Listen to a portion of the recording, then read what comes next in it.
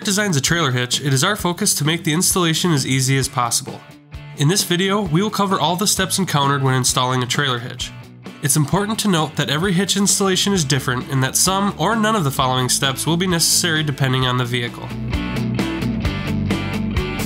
Over time, a vehicle is subjected to many different elements such as rain, snow, salt, and road grime. This can cause the threads of the weld nuts to rust, making it impossible to thread the supplied bolts into the frame. In this instance, we suggest one of two solutions. For minimal rust, underbody coating, and other minor debris, we suggest using a wire brush and penetrating lubricant such as PB Blaster to clean out the nut. In some extreme cases, light scrubbing just won't do the trick. We suggest using a thread tap. Choose the correct tap by using the hardware specification chart located in the supplied instruction sheet. Use caution when threading the tap into the weld nut. It's very important when tapping out the hole that the shaft of the tap is perpendicular to the weld nut before you thread it through so that the threads will not get crossed or damaged.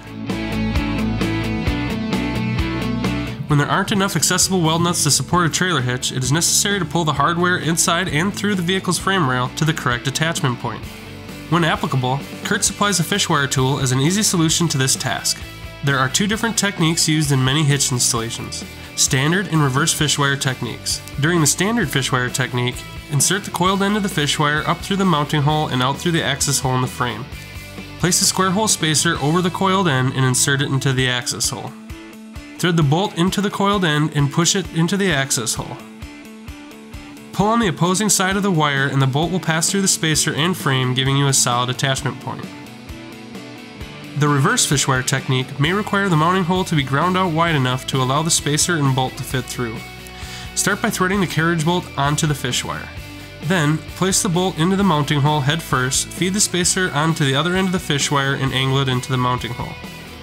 Once inside the frame, pull on the opposite side of the fishwire and the bolt will pass through the spacer and frame, giving you a solid attachment point. CURT hitches are specifically designed to conform as tight to the vehicle as possible. In order to do so, some installations require the exhaust system to be lowered. In most cases, the only thing you need to do to lower the exhaust is to separate the rubber isolator from the exhaust hanger rod.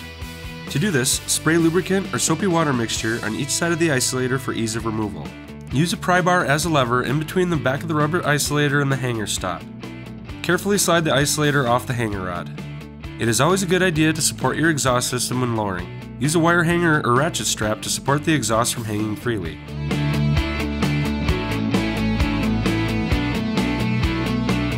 Most CURT hitches do not require drilling. However, there are instances when there aren't enough pre-drilled holes in the vehicle's frame rail to adequately attach the hitch.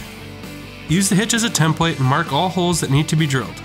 Lower the hitch and drill a starter hole with a small bit. Most drilling applications are often on unibody frames. However, the steel used on normal frames can be rather hard. Drilling into them will require a cobalt drill bit with a coolant oil or grease to keep from overheating and damaging the bit. Gradually increase the size of the bit until the desired hole size is reached. You can also use a step drill to gradually enlarge the mounting hole. There are also times when it's necessary to enlarge an axis hole to fit the carriage bolts into the frame. Using a die grinder, slightly elongate the hole large enough to pass the square hole spacer and carriage bolt through.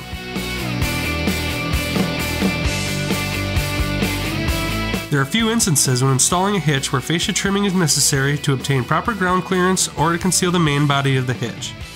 The most difficult part of fascia trimming is marking off the section of fascia that needs to be removed. We suggest using masking tape to clearly define the cut lines. This will give you the best visual representation of the area that needs to be removed. Then, use a razor knife, rotary tool, or aviator shears to carefully cut around the tape. Your choice of cutting tool may be dependent on the durability of the material you're cutting. A rotary tool may be best for cutting heavy-duty fascia, while a razor knife may be appropriate for a thinner material to achieve a nice clean cut edge. If you're using a razor knife, be sure not to use excessive force. Score the cutting line and make multiple passes to make a nice clean cut.